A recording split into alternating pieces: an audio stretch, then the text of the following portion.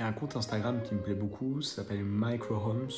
Et là, du coup, il y a une maison de General Architecture qui me plaît beaucoup pour certains points. On peut voir ici d'ailleurs que sur cette photo, on a les volets qui sont en partie supérieure de la maison, qui sont des éléments à part entière de la façade. On le voit ici sur cette deuxième photo, quand les volets sont ouverts, la maison change totalement. Et on a son apparence qui est modifiée. Donc là, vraiment, on embrasse le rôle des volets et ça, c'est super cool.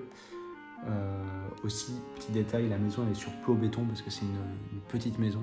Du coup, on se permet, en regardant le sol bien sûr, mais on se permet d'avoir des fondations beaucoup plus sobres et donc d'impacter un peu moins le terrain. Donc ça, c'est intéressant. Au niveau de la cuisine, pas de meubles hauts, donc on laisse un petit peu respirer et on met une étagère un peu surdimensionnée dans sa hauteur. Donc là, c'est un peu pour frapper l'usager, je pense. Donc très sommaire, sinon la cuisine, la crédence monte jusqu'au plafond aussi. Ça donne une homogénéité de matériaux, c'est intéressant. Là, on voit l'évier qui est complètement devant la verrière. Donc ça, c'est vraiment hyper atypique, mais ça se voit de plus en plus dans les maisons où on laisse courir un peu la gaine et puis voilà, on laisse un petit peu à nu quoi, l'architecture. On fait apparaître la technique.